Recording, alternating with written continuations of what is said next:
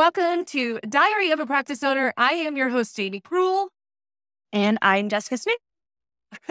And we're here today with Katie Thomas, who Katie is an amazing practice owner, and we're so excited to share your story with her. She has had some major accomplishments in her career, and she has so much to share with you today about how you can really bring your practice to life using online marketing. So I'm excited to hear her story and how she got into that space all through that journey. And I want to introduce her first. So Katie Thomas is a CPA and is a 40 under 40 CPA Practice Advisory recipient. She's also received the award Top 50 Women in Accounting and is the owner of Leaders Online, where they help accounting professionals increase their impact, influence, and income through thought leadership and digital marketing. They work with a variety of firm sizes, some of which are in the top 100 and some which have only one partner and are just beginning their firm owner journey. So Katie, welcome. We're so excited to have you here today.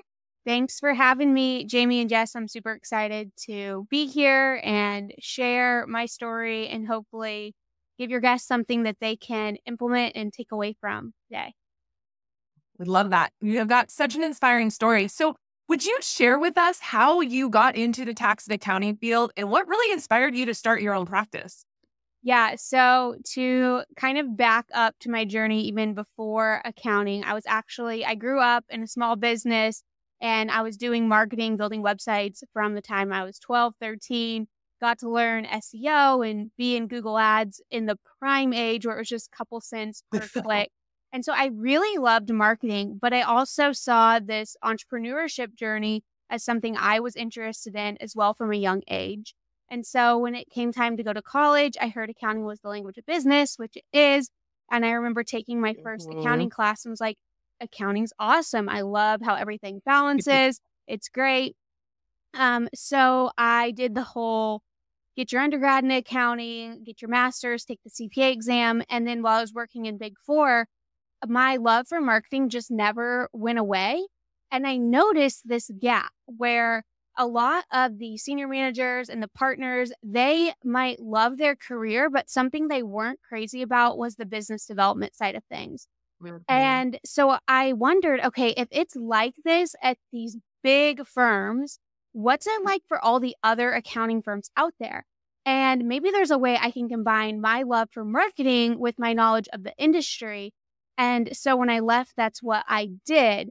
And I guess right before I left, I remember I asked one of the partners, I was like, hey, do you guys have a BD role here? And they were like, no, that's not a role that we just have. That's the partner's job. So it's kind of funny thinking back on it now. Like they had to be like, who is this girl? But yeah, when I left, I really couldn't find many people just focused on marketing for accountants. And so it's been an awesome journey of 7 years so far. And we work with a variety of firm sizes. Some are in the top 200, and then some they're just one partner and maybe have a handful of staff.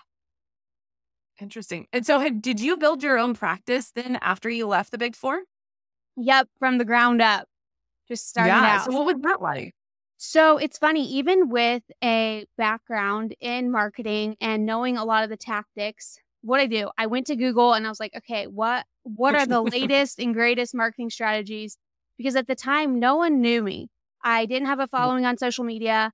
If I posted a blog post, maybe my mom would read it. And so I wanted to find a process where I could reliably get in front of clients in a way that would not take a lot of time, but would also not cost a lot of money. And that's where a lot of firm owners are at whenever they just start. And so you kind of have a variety of options. You can pay to get leads basically right away with, say, something like Meta ads. But a lot of times when you're getting started, you have a lot more time than money. Like I said, I could do vlogging, but that probably would take a while and no one would read it at the beginning.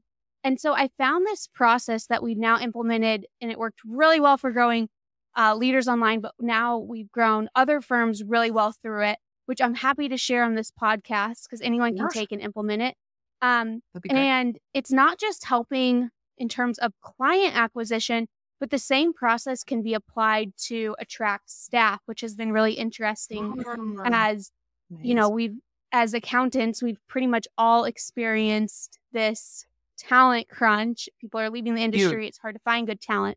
So happy to walk through what that process looks like, yeah, kind of from start to finish. I would love to. Before we go there, would you mind sharing a little bit more about what it was like when you started your practice, you focused on the marketing and you started growing it? So what did that journey look like as you started to scale your practice and bringing on more clients and having to build the systems and really getting all of the wheels rolling as you were moving forward?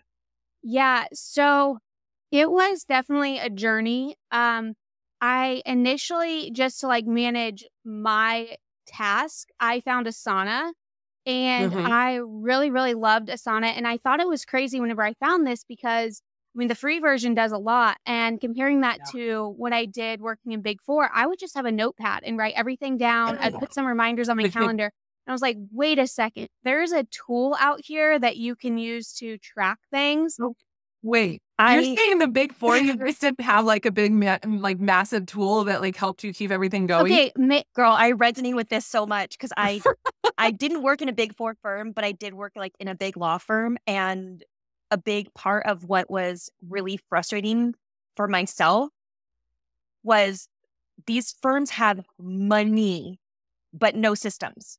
What The was fact that you're like, blowing oh, my I had a mind? notebook. I'm like, girl, I had like 7 Yeah. notebooks, and you tore out the pages to make sure they got in the file, And- so that you didn't have client data just like Yeah. sitting out. Yeah. Like, oh my And gosh, I'm just cracking up at every that. day you're coming in and you're like, okay, here was my list from yesterday. Like, let me like scribble now, reorder and reprioritize. And it was a mess. And granted, The PTSD. they might have had something, but how it worked where I worked was we were kind of in our own little like department. So within tax, you could be like working with international tax or state and local tax, and like everyone did their own kind of thing. And based upon my knowledge, at least for tax, like there was no central like Asana type tool or, you know, maybe they have something now. I hope they do.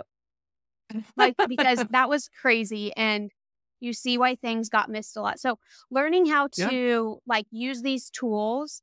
Now we do use ClickUp, which I don't know. I like them both. The only reason why we switched to ClickUp was because it could support some more advanced automations that we need for like handing off tasks. I definitely still love Asana. But it really allowed me, like once I got everything in Asana, to start effectively delegating and bringing on part-time help. I remember like the relief I felt because I think as a lot of times as like practice owners, we are a bit of naturally a control freak. We want to make sure everything gets done.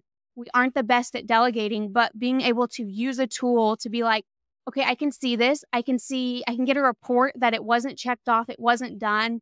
And just like that peace of mind that I don't have to like literally be standing over someone. It's okay. I can let it go. I can trust it. Was a huge unlock. In the only way that I've been able to grow the firm is to be able to have a tool to delegate effectively and have these workflows in place to not just say, hey, this needs done by this date, by this person. But once it's done, now it needs to go to this person for a review. And once that's done, like the continuation of the process is huge. Yeah, absolutely. You know, we're lovers of Taxstone just because it automates a lot of the client communications and the client experience portion. But you can do that in so many different tools. And I think, like, to me, the thing that always stands out is the critical need for systems, the critical need for leveraging technology to help you get to the next phase. And you did that with your marketing too, right? Like, I would love to hear about how, as you scaled your clients in, like what became the most critical systems. I mean, you said Asana, but did you find that you needed to like continue gaining knowledge about how the tool worked? Like, how did you manage that? Because as you're building your practice, focusing on getting clients and having to learn a new system, how did you kind of tread into that water as well? Yeah. So there's like different sectors I like to think about. There's like the actual like client acquisition. So like, what are you doing to go out and attract them, bring them into your world, to get them to ultimately book an appointment? And there's going to be systems there. So whether that's your process around creating content, your CRM, your proposal and engagement letter, your payment collection, all of that we have pretty systemized throughout the process. And we can reliably know about how many people we're going to have book on our calendar and express interest based upon what we're doing, what activities we're taking, as well as the time of the year, because it is kind of seasonal, like an accounting firm, a marketing agency is to whenever you work with accountants. So we have systems there. We have systems around onboarding. So, okay, they've signed the engagement letter. What's next? What's that kickoff process look like? What information do we need to get from them? What's going to happen on the onboarding? And then post onboarding, what do those next few weeks look like so that everyone's on the same page as to what's going to happen? And because there's like a period, kind of like, again, like accounting, where you're taking over, you're getting their information. Maybe you're creating content, the first deliveries at a certain date. Whenever you're logging in maybe to their social media accounts, all of that's very outlined and systematized. Yeah. And then there's that ongoing delivery and making sure that you're doing what you say you're going to do. Everything's getting done on time. You're having a client meeting, any requests that come out of that meeting. We really have it super systemized now that I'm getting ready to have my second child. My first is 2, and I'm getting ready to have my second here in just a couple of weeks. And I feel really good about where we're at, and even being that I don't even want to say control freak. I still am a bit of a control freak, but I feel good to be like, never goes away. It never goes away. It doesn't. And the clients are going to continue to be served. I can step away, but still not be like, hey, I have a bird's eye view. I can open up my computer at any time, see where everything's at, how the clients are doing, how the team's doing. And that would, again, not be possible without systems and processes in place. That's awesome. So it sounds to me like even though you have 2 businesses, they kind of run in parallel as far as like how you're doing a client delivery, right? And I think that's something important for everyone to note. When you're building a business, everyone has delivery and everyone has to have the systems in order to make that work well. So how did you come up with your systems, Katie? Was it just through trial and error? Or was it that you leaned upon your experience in the, Big Four? Like, how did you come up with those systems? Because I've always been fascinated with how Jessica did it as well. Maybe you guys can riff on that together, because there's probably a lot to learn from you guys about that. So I'm someone who I think it maybe is just kind of natural that I like to document things. And I did this while working in the Big Four, because people would always be like, oh, once you kind of master something, hand it off.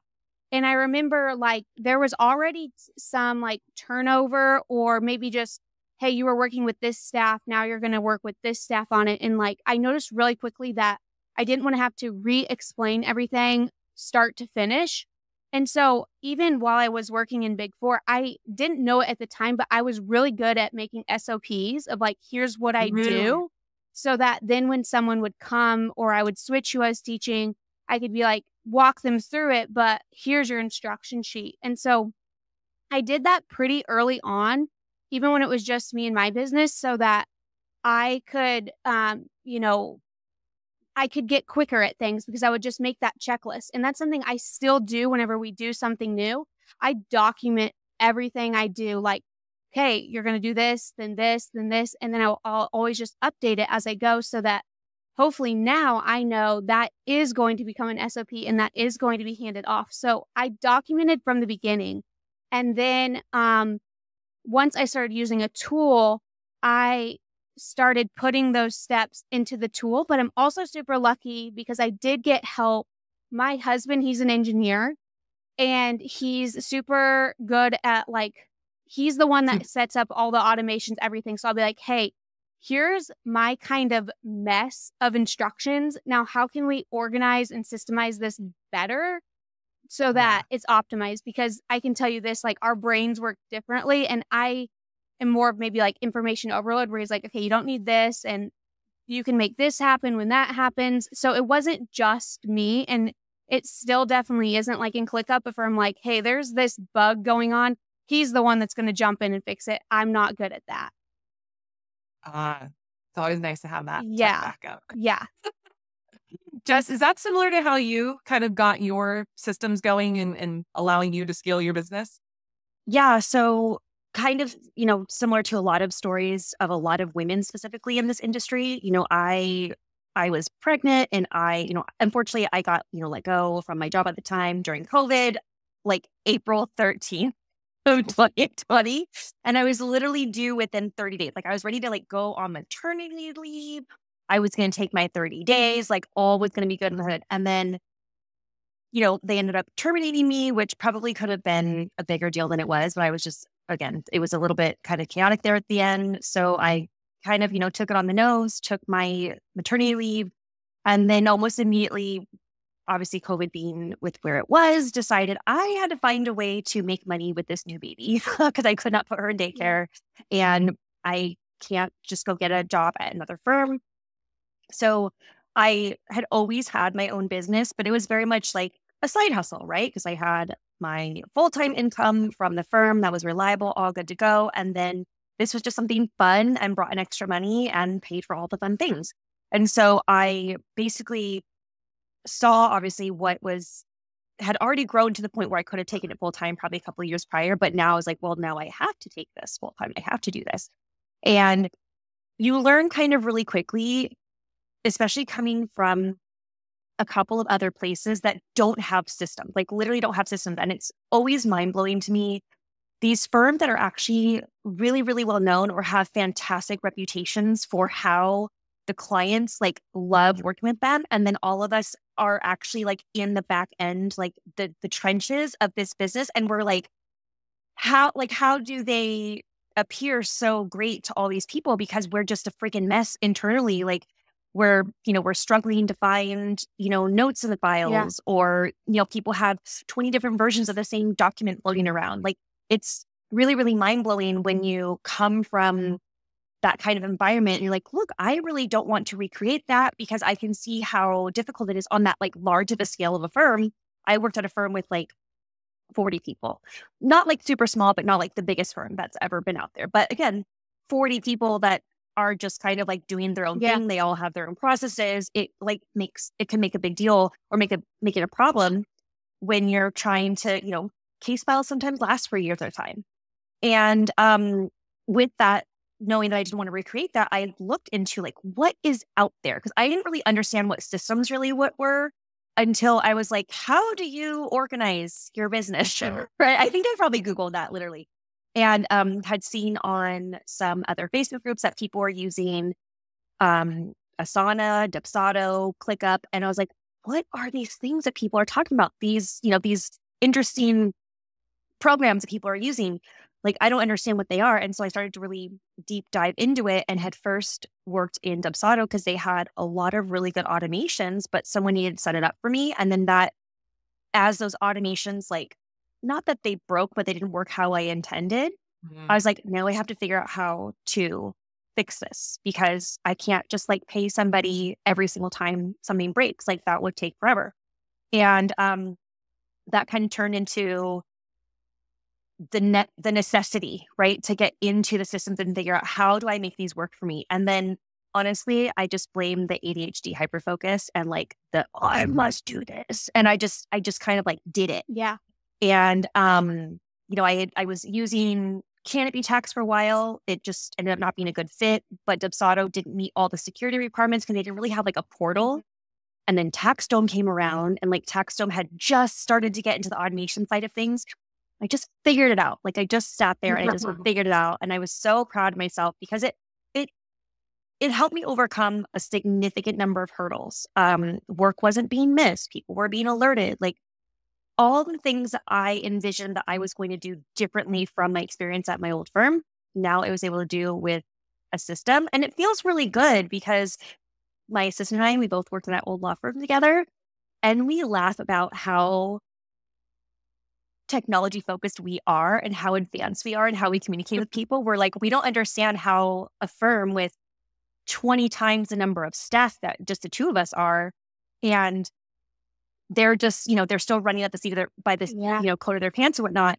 And we're over here like, oh, our clients were just notified that their return was filed. Like we would have had to have waited likely for someone to reach out to us. Hey, did this get done? Oh yeah, it was done, 2-3 days ago. So it's I mean, it's the world of practice management and task management and automations. Like, it's super cool, especially when you come from an environment where they have nothing. And you're, like you said, running around with your 20 notebooks trying to get, and also sometimes working for multiple people. Yep. And having like your brain having to segment, oh, I have to work for this person this way, and I have to work for this person this way, and this person that way. It can be super overwhelming, especially when there's nothing in place. So that's how I kind of made the jump into systems and automations. And I still feel like a novice sometimes, but it's so exciting to me to find something new. Yeah. And it's crazy to me that like, it's not just for the person doing the work. It's like the people above, because now it's like you still have work and you're trying to remember all the touch points. Okay, I gave this to that person and that to this person. It just becomes so stressful. And like, I wonder with all, like, for example, all these accountants leaving the profession, even just implementation of good systems of like how many more people would stay and how much more time would they have? Absolutely. I mean, our clients, we see that they're saving at least 5 to 10 hours a week. Some people are tripling their capacity and working less hours still. It's like, it's amazing what you can do with systems. So amazing. So amazing. Yeah. And then not feeling behind anymore too. Like, not just we talk a lot about the, regaining of time, right? Oh, people are saving 5 to 10 hours. What that really means for a lot of people is that they're no longer in this like shortfall of time to get work done in the week. Things are actually getting done on time the way that they probably always intended it to be, but they're no longer dealing with like this backlog or delay or bottleneck, whatever you want to call it, of work that needs to get done because they could only do so much in the time constraints that they had. That's where I had found practice management, automations and whatnot have really allowed me. Yes, I'm regaining the time, but the reality is the projects are getting done. It's not just that, oh, well, I'll just push that off into the next week and then trying to make up the next week to get the work done. Completely.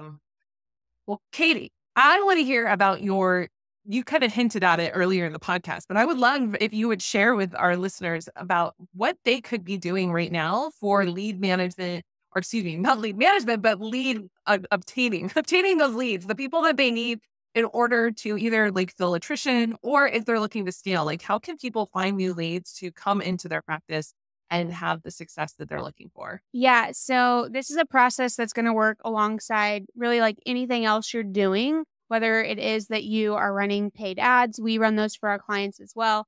Whether you're doing SEO or maybe you're jumping on podcasts like this. And it's a process. I love processes, if you can't guess by now, but it's called the 4C process. And there's 4 steps to it. The first thing is you simply just choose your platform. So choose one social media platform that's going to be your primary hub. And there's a lot out there. So if you're like, hey, I don't really know, should I choose Facebook, Instagram, LinkedIn, TikTok? Think about one where your ideal client is really easy to find. So if you are targeting beauty influencers, okay, maybe they're on Instagram and TikTok more than LinkedIn. Whereas if you're a professional service provider, they might be on LinkedIn. And then think about the second question when you're choosing your platform is what platform plays to your strengths? Because if you're saying I'm going to go on TikTok, but you aren't willing to post videos, or I guess you can do images as well. Not going to work. But it's like you have to be willing to put content on there. So choose one that fits them and you. The second thing you have to do is make sure that you are going out and you're connecting with your ideal clients every single day. So this is being intentional about going out, finding them, whether that is through directly, like LinkedIn has Sales Navigator, whether this is getting in groups and finding them there, using hashtags, finding influencers that they follow and you're looking at their comments. There's a lot of ways you can find them, but you need to be connecting with them every single day. The third step, so we chose our platform, we're connecting with our people. The next thing is to converse with them. And it's funny because people, we grow up, we've been talking pretty much our whole life, but then you say, oh, go talk to a stranger. And people are like, I don't want to be that weird person spamming someone. And you shouldn't be. You can just have conversations with them that are normal and real. So maybe you ask them about a post you saw, or you ask them how they got into their industry, or you're asking them about, you notice they got this award.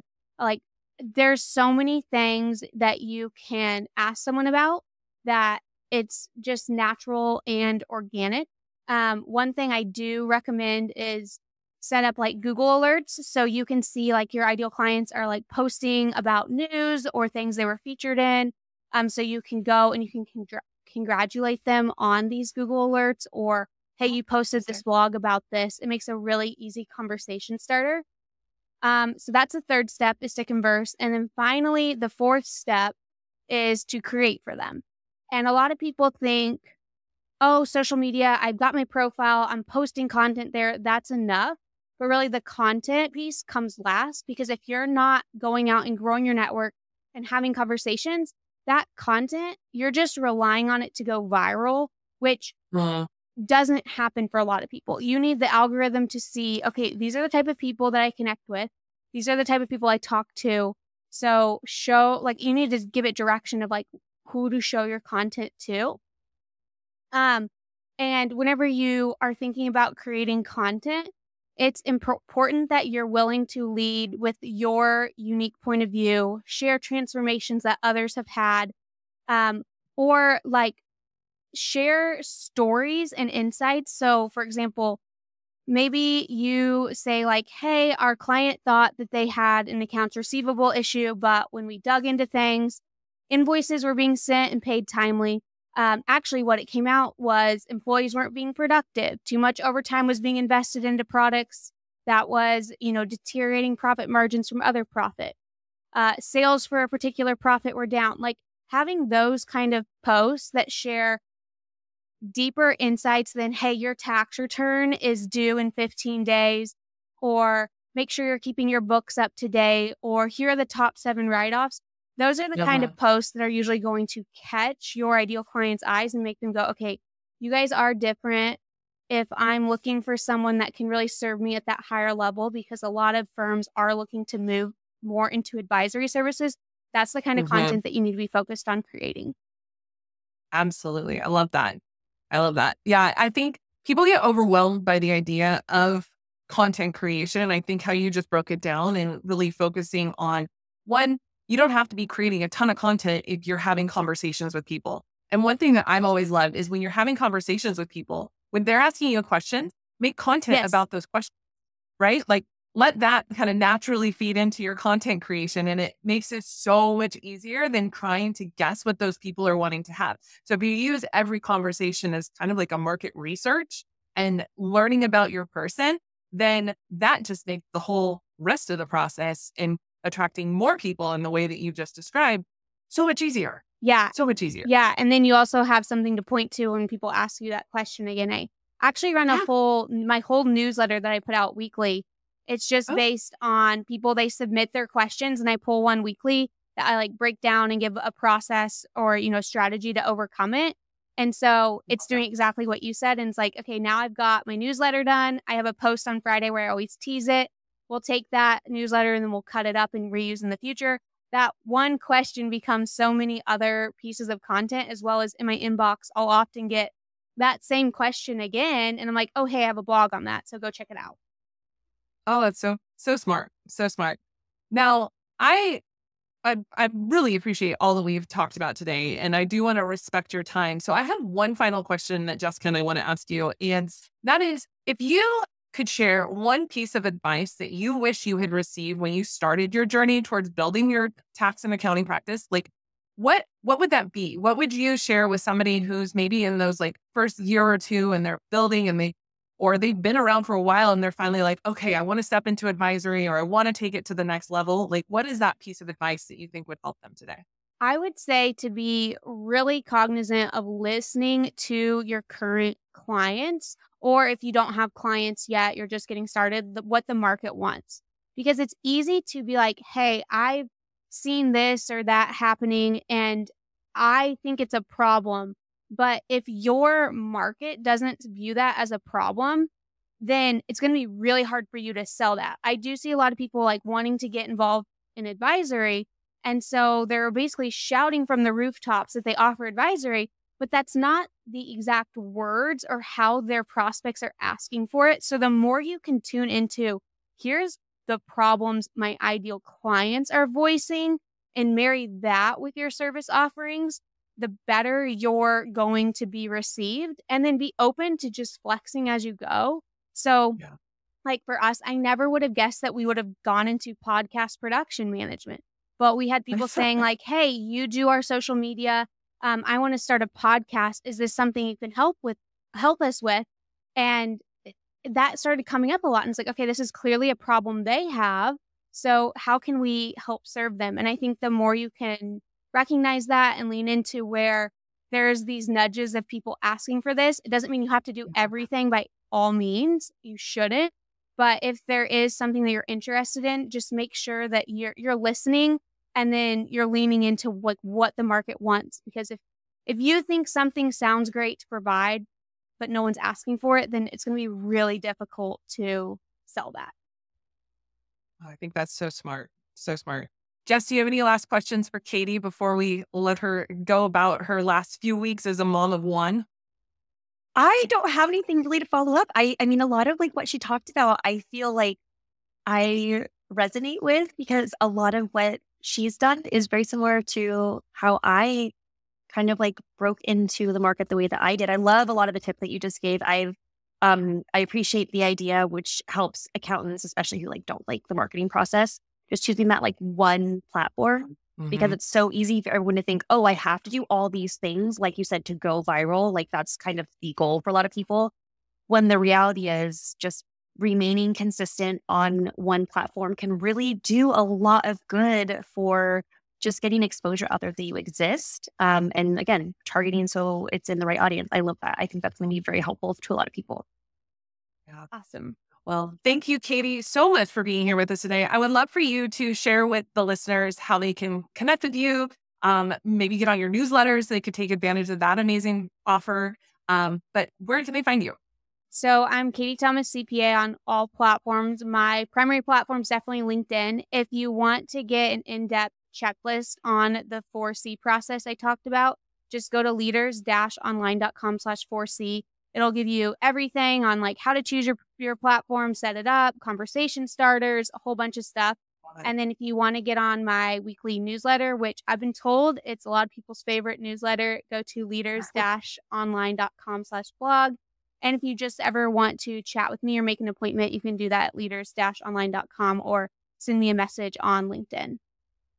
Awesome. Well, we'll drop all those links in the description below this show. But Katie, thank you so much for being here. We wish you the best of luck in your new chapter of motherhood and in continued success on your business and the online Leaders Online program. We're just grateful for you being here today. Thanks so much for having me, Jamie and Jess. It's been a pleasure to be here. Awesome. We'll see you again next time, everyone.